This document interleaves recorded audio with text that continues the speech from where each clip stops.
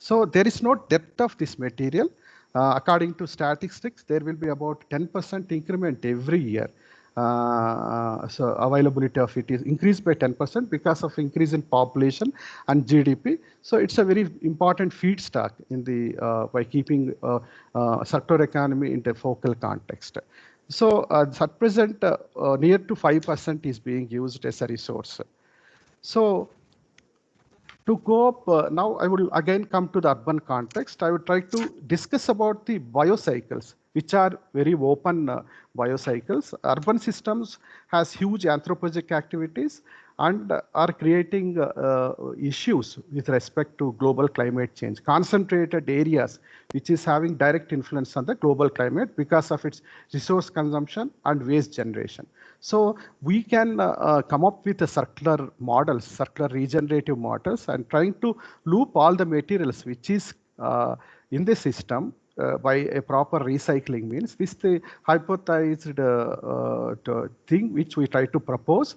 Here the red, blue and green lines represent different cycles, how to close the cycles, wherein the red lines will show the outflow of biogenic materials, basically solid, liquid and gaseous waste, and dark blue lines which shows the flow of biogenic materials from primary level, and light blue line will show secondary material from direct use to other process after primary treatment, and dark green lines represent a secondary production of materials for further use. The green lines will represent the utility in the urban system. So by making systems like this in urban context in a decentralized way, self-sustainable systems, we can generate or we can produce the materials in system in city itself and will not be dependent on the external material. So that can reduce the requirement of materials, and also we can properly recycle the materials. This concept is booming up right now in the context of such smart cities, resilient cities, as well as green cities. So to say a few things, a component of this, how we can use the grey water or otherwise domestic wastewater towards using it to recover resources, particularly water as well as nutrients in the context of water, food, and if we are integrating with energy, particularly anaerobic digestion, and energy will come. So nexus of water, food and energy will also be integrated. Likewise, this kind of systems can be integrated in order to make the global urban ecosystem more sustainable. So this is one model which we have developed in IICT and trying to keep wastewater as well as water and trying to use three of the biological process in order to recover the resource and make it into a circular loop. This we have demonstrated at 10 meter cube capacity with the funding of CSIR, and there is also opportunity, great opportunity to develop self-sustainable systems, particularly when we go for man-made missions to other planets. We cannot carry the materials whatever we require. So that is the basic thing for self-sustainable designs, where with the limited resources we have to recycle. We have to recycle the water, we have to recycle the food, as well as we have to recycle the air. So taking the advantage of this, photosynthetic machinery, particularly algae and other plants, play a very important role, wherein here CO2 is an important feedstock, and apart from organic carbon from wastewater, in presence of sunlight, once we produce the microalgae biomass, it have a huge potential to convert into different products in a circular mode approach without inputting of any of the materials. Likewise, we also can go with the other kinds of plant species which are such as Ajalla and duckweeds, which grow very rapidly and can capture nutrients, particularly nitrogen and carbon. So these kind of things can be integrated in a decentralized way by integrating all the mimicking with the nature, basically. So I found from one of the metabolic website where they do a lot of material flow analysis on cities. The Copenhagen city, they try to do the metabolic studies and try to segregate different kinds of material coming from Copenhagen into 4 categories that can be recycled, that can be incinerated to recover energy, and very little going for landfills, and specific treatment. So these kind of studies is much required in a global context, particularly for urban context, to account for their materials, how the inflow of material is coming and where it is going, how much it is being recycled. These urban metabolic studies will help in a significant way. So to conclude, I would like to say cities, urban space should be resilient, smart, as well as low carbon and sustainable and livable. Particularly it has to mimic with the nature, otherwise the whole consequence of global climate issues will increase, because concentrated anthropogenic activities are more focused in the urban context. So this to happen, we have to understand the natural ecosystem and has to integrate with biophysical phenomena, and I have to Dr. Mohan, slides are not moving. At least it's not moving at my place. Is it moving elsewhere? uh, The slide which I am seeing is urban ecosystem written on the top. Yes, sir. First yeah. slide only I am able to see. I am also able to see only the first slide. So Yeah, the here it slides is are not moving, moving. sir. Can you Again, unshare and share again? Because I I will. can see it moving for quite some Only time. first, only Yeah, first slide we are able to see, sir. Only first slide. Yes, I'm very sorry. I also see only first slide. I'm very Only sorry first for it. slide. Yeah. So Yes. again sharing my. Actually, sir, I am not able to see any slide. That is from my side. Yes, sir. Some of my students are also not able to see some slides. Maybe some problem they have got. But I am able to see only the first slide. Now it's very good, sir. Now we are able to see all the slides, sir. Now it's moving. Yes. Yeah, yeah. Yes, sir. Now we are So, able to see. sir, Till now we from only the first yeah, slide, sir. Sorry, yeah, sir. yeah. I'm very sorry for that, sir. Sir, can I start from starting itself, or uh, sir, Prakash ji, No, from no, no, where I. sir. Actually, yes, yes. You can start from there. Now you are there. Yes.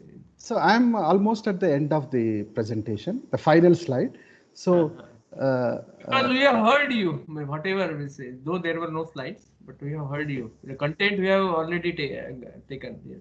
Okay, okay. But So you, sir, but I would like you to share your slide, all these slides to us with us, sir. okay, Because okay. we have heard you, but we want that is really colorful slides which you showed now.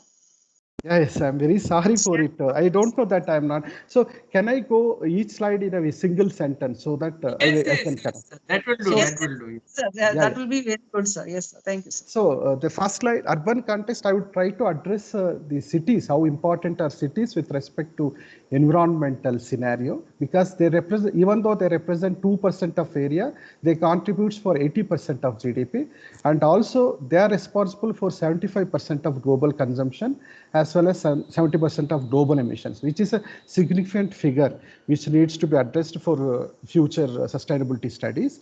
And also we have two kinds of waste, basically technical and biological. Technical and biological after utility is going to landfills, most of them, and which even though it has value, the recycling of it is very critical at present, because we cannot lose the material because resources are very finite in nature.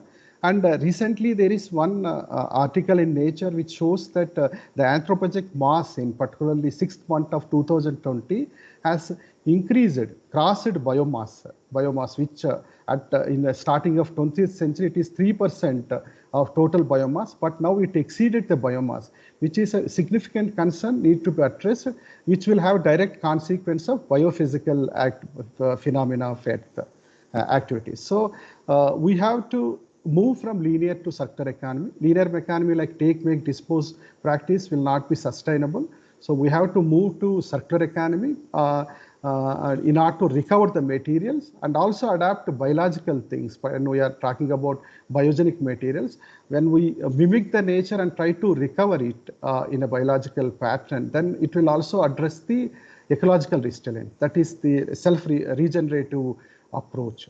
So then I would like to, I spoke about waste, different kinds of waste, which is a focal point in circular economy.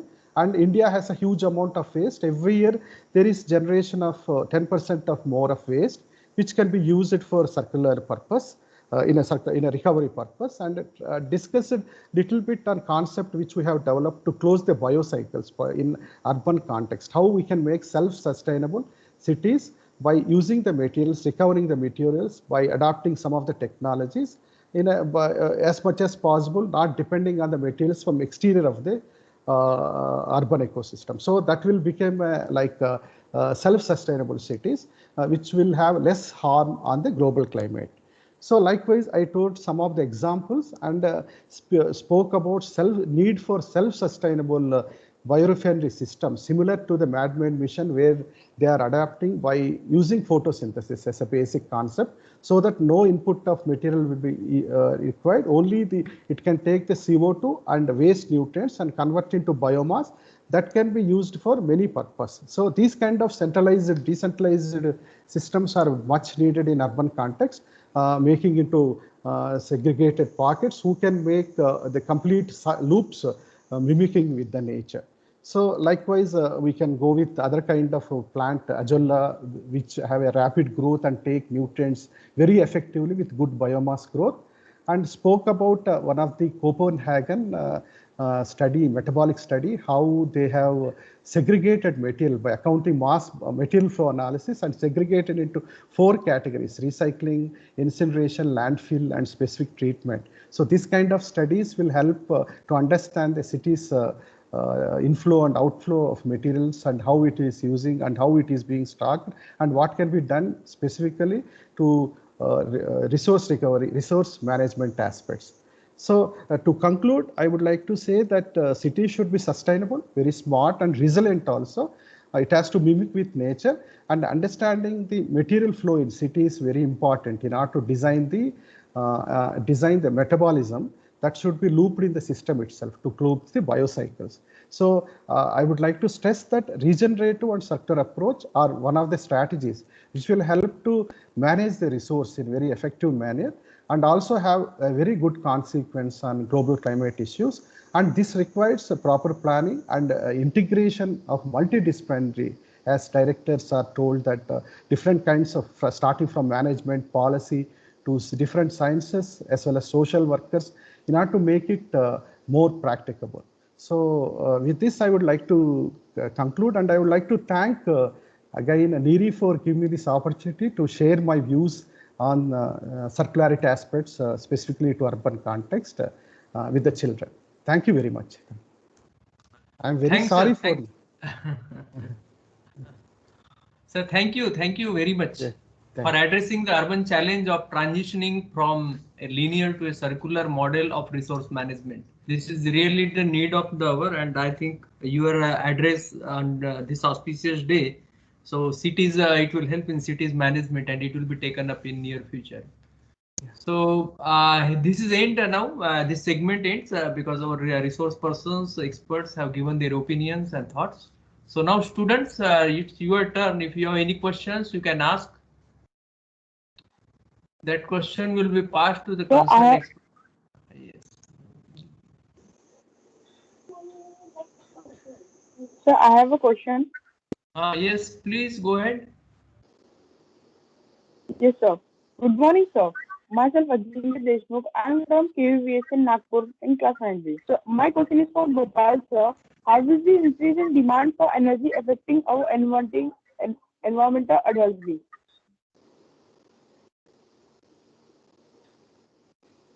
Yes. Can you repeat your question? I think again. Yes, sir.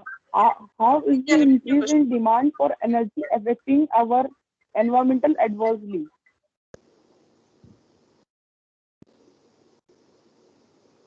This question to me.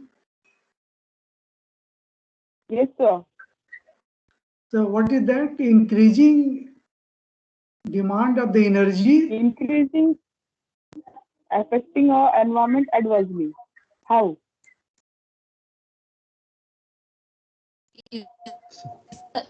The increase in demand affecting the environment adversely. Yes, ma'am. No, I'm not able to hear, in fact. Beta, you the sound is cut in the again your question because we are not able to hear you at all. Actually, it is in the cut in the pieces. I could hear the question. Should I repeat it? Am I clear? Yes, Yes, your yes. statement. Yes, your Yeah. So what she was asking was, is the increase in energy demand affecting our environment adversely, and how? Yes, That was the ma'am. question. Yes, ma'am. Yes, yes, yes. Yeah, so yeah, it's no doubt about. You see, the increasing demand is basically if you are going to fulfill from the nature-based resources, obviously it will going to have the effect on that. So that is the simple way of saying. So either we have to have a kind of alternate form to cope up with the nature-based solution, or we have to have some alternate resources. Otherwise, it will be effect. It will affect to the nature.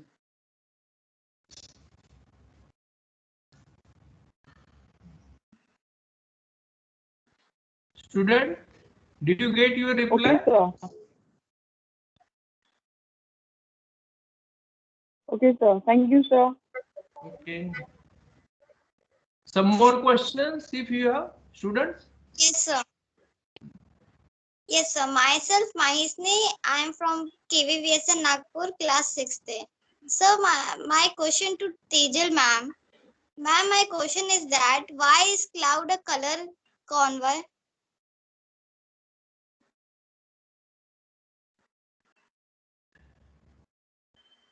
I didn't understand the question. Ma'am, my question is that why is cloud a color convoy? Why is the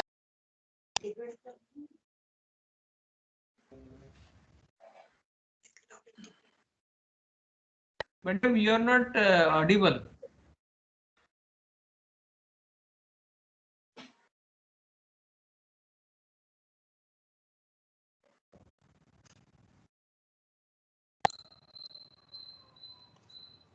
I didn't, I didn't understand. So, is that your question? Why is the cloud a color convoy?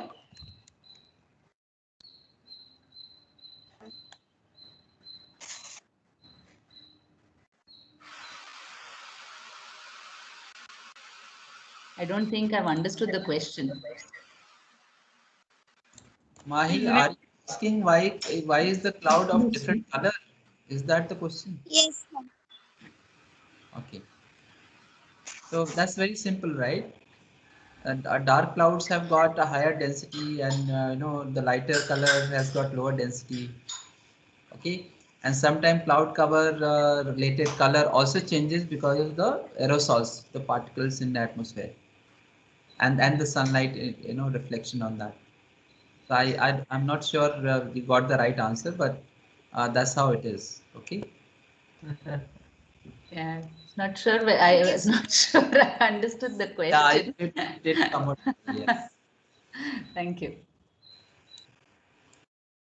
Students,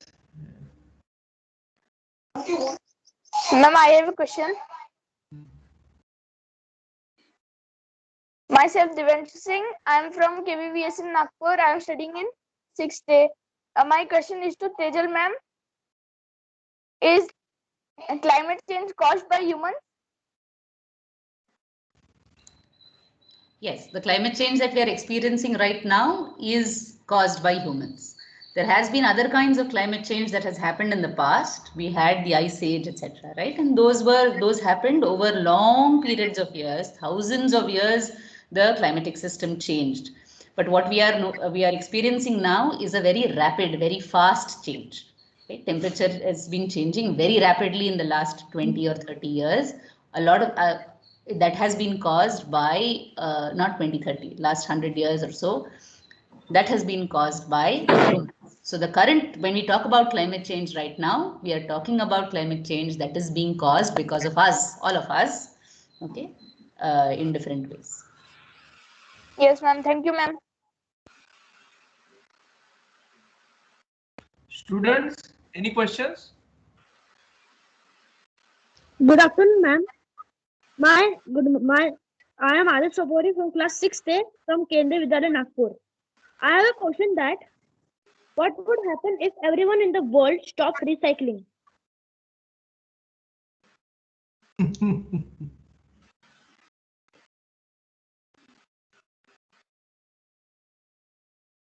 for me? Mohan sir, because you spoke about our regenerative. Yeah. So recycling is asking it.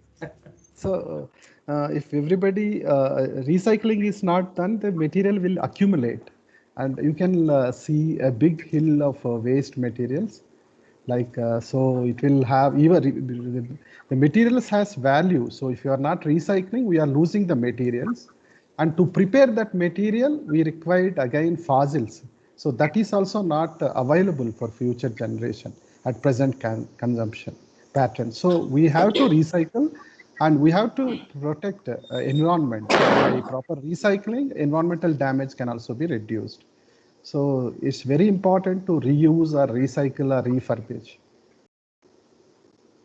Hope I have responded. Yeah. Thank you, sir. Thank you. Tejal madam, I have a question for you. Just very simple question. We are developing technologies. There are so many environmental technologies, and you are dealing with policy because your area is very much because you need means every data. Without data, climate change or any you can predict. And you spoke about modeling also because prediction is good or very much needed for sustainable future. So my question is, we are getting so many technologies. Are they really supporting policies? Policy which you're getting support from this technology to your policy framing or something like that? No, so this thing is whether what is the cause and effect is also a question, right? Should policy be driving technological development, or does technological development in some sense also drives policy? I think it works both ways. For example, if you have certain kinds of developments in technology, you know that there are certain things possible. We can't, for example, make a policy which says that we need to have zero emissions by so and so year without technological support for that kind of a transition, right? So if we know if your engineers, the R&D environment in the country is confident that that kind of technological development is possible and its integration into the system is possible, then you can actually have policies that are directed in that particular manner. And this has happened. So for example, with the global development of the solar industry, for example, there has been enough of a signal given to policy with that such transitions are possible now more rapidly than we would have earlier thought them possible. So now they're more rapidly possible. On the other hand, these technologies also developed because policy gave them a push. In some sense that everybody said that we have to have a target, we need to actually stay below a certain temperature level, and everybody has to make certain commitments to achieving these targets. That meant that gave a signal to for innovation to the market, to private players, also to governments in some sense, to support their technological innovation in certain directions. Right, and look at our history in terms of why we developed certain technologies also. I mean, we developed nuclear technology in this country under tremendous constraints, but they were driven by our policy understanding of energy security, and it was also meant to support that kind of the understanding of the government at that point of time. Right, the development of agricultural technologies, CSI. I mean, the huge amount of institutes of agricultural universities that we have to support increasing in irrigation, etc. It is meant to support. So it's not just in environmental technologies. I think it does have a role. India has done huge number of experiments on things like wave energy, ocean technology. But a lot of these remain at the experimental level unless we can also prove that these are scalable. They don't necessarily translate into policy. Okay. Thank you, ma'am. Thank you. Students, any questions? Or we will stop here then? I will move to the next segment. Tabriz also I have one question. Tabriz also want. Kuchi?